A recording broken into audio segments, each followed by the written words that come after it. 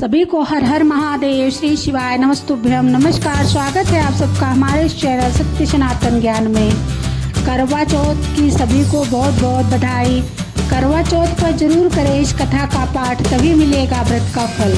करवा चौथ के दिन सुहागिन महिलाएं व्रत रखती हैं और माता करवा की पूजा करती है। इस दिन करवा चौथ व्रत कथा का पाठ करना बेहद शुभ माना जाता है। ऐसा करने से माता करवा प्रसन्न होती है और आशीर्वाद देती है। आइए जानते हैं कहां से शुरू हुई करवा चौथ की परंपरा।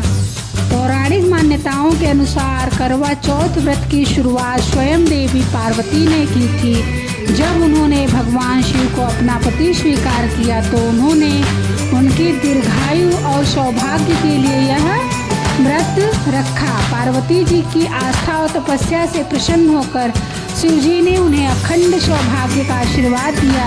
यही प्रेरणा बनी लाखों महिलाओं के लिए जो अपने जीवन साथी की सलामती के लिए आज भी पूरी श्रद्धा से यह व्रत रखती हैं। पौराणिक कथा के मुताबिक बहुत समय पहले एक साहूकार हुआ था। उसकी 7 बेटे और 1 बेटी थी। सातों बेटे और बेटी विवाहित थे। करवा चौथ के दिन उसकी 7 बेटों की पत्नियां और बेटी ने व्रत रखा। शाम को जब साहूकार उसके बेटे खाने बैठे तो उन्होंने देखा कि उनकी बहन व्रत के कारण बहुत भूखी और कमज़ोर लग रही है। वे अपनी बहन की हालत देख नहीं पाए और उसे खाना खाने के लिए कहा। इस पर बहन ने मना करते हुए कहा कि मैं तो यह चांद निकलने के बाद ही व्रत खोलूंगी, अभी आप सब खा लीजिए। काफ़ी देर हो गई लेकिन चांद नहीं निकला। सभी भाई बहन को इस तरह देखकर परेशान हो गए। बहन के प्रति प्रेमवश भाइयों ने बहन को भोजन करने के लिए एक तरकीब निकाली। वे नगर के बाहर गए और दूर जाकर आग जला दी। आग की रोशनी देखकर उन्होंने बहन से कहा, देखो बहन, चांद निकल आया, तुम अब जल्दी से भोजन ग्रहण कर व्रत खोल लो। इन सब से अनजान बहन ने अपने भाइयों की बातों पर विश्वास कर लिया और आग की रोशनी को चांद समझकर अपना व्रत तोड़ लिया। लेकिन इस छल के कारण बहन का पति बीमार पड़ गया और घर का सारा धन उसके इलाज में खर्च हो गया। इसके बाद भाइयों को अपनी गलती का एहसास हुआ। उन्होंने पूरी सच्चाई अपने बहन को बताई। तब बहन ने पूरे विधि विधान से भगवान गणेश की पूजा की और क्षमा मांगी। उसकी सच्ची श्रद्धा से भगवान गणेश प्रसन्न हुए और उसे आशीर्वाद दिया, जिसके बाद उसका पति स्वस्थ हो गया।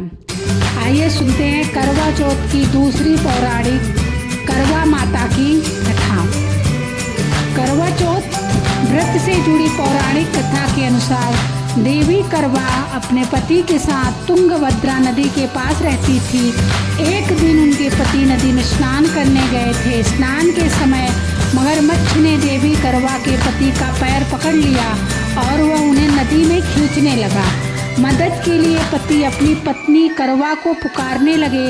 पति की दर्द भरी पुकार सुनकर करवा दौड़कर नदी के पास पहुंची। पति की रक्षा के लिए करवा ने तुरंत एक कच्चा धागा लेकर मगरमच्छ को एक पेड़ से बांध दिया।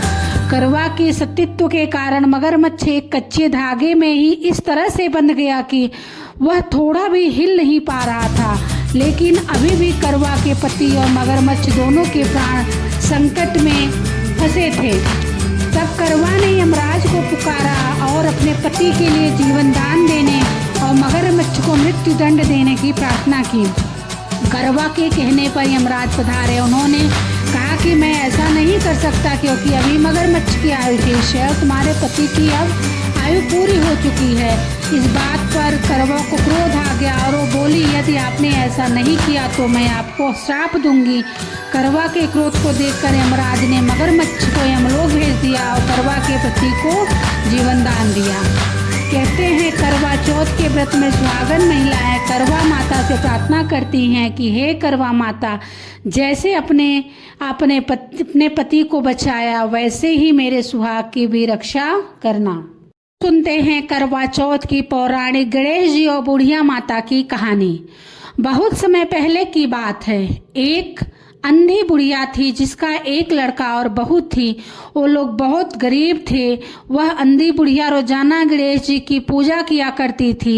गणेश जी उस बुढ़िया से प्रसन्न होकर एक दिन साक्षात सन्मुख आकर कहते हैं कि मैं आपकी पूजा से प्रसन्न हूँ, आपको जो वर मांगना है वो मांग लो। बुढ़िया कहती है मुझे मांगना नहीं आता तो कैसे और क्या मांगूं?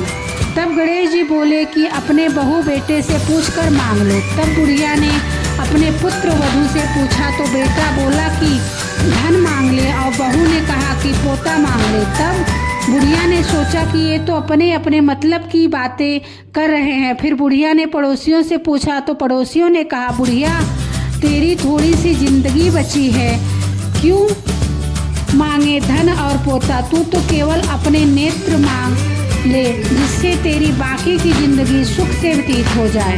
उस बुढ़िया ने बेटी और बहू तथा पड़ोसियों की बातें सुनकर घर में जाकर सोचा कि क्यों न ऐसी चीज मांगूं जिससे बेटा बहू मेरा सबका ही भला हो। जब दूसरे दिन श्री गणेश जी आए और बोले कि आपकी क्या मांगना है, कृपया बताइए, हमारा वचन है जो आप मांगेगी सो हो जाएगा।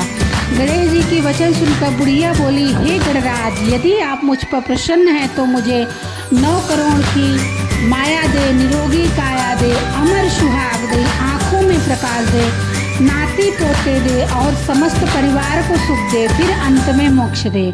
बुढ़िया की बात सुनकर गणेश जी बोले बुढ़िया माँ तूने तो मुझे ठग लिया। खैर जो कुछ तूने मांग लिया वह सभी तुझे मिलेगा। यूं कहकर गणेश जी अंतर्ध्यान हो गए। हे गणेश जी, जैसे बुढ़िया माँ को मांगे अनुसार आपने सब कुछ दिया वैसे ही सबको देना और हमको भी देने की कृपा करना।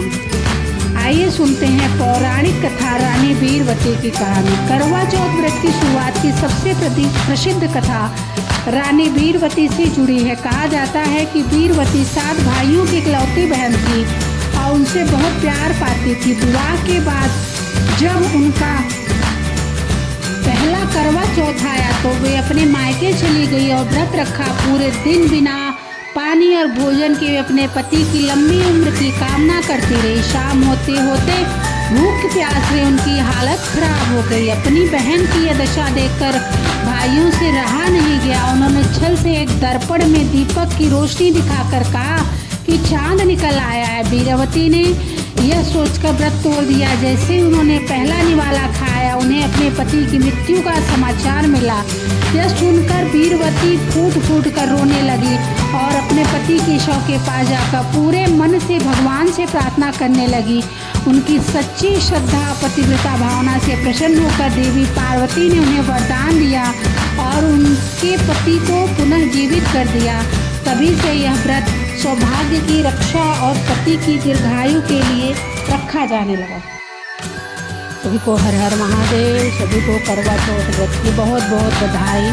माँ करवा आप सबके घर में ढेर सारी खुशियाँ दें, सबकी खुशियाँ माता रानी बनाए रखें। सभी को, सभी सुहागिन महिलाओं को करवा चौथ व्रत की बहुत बधाई।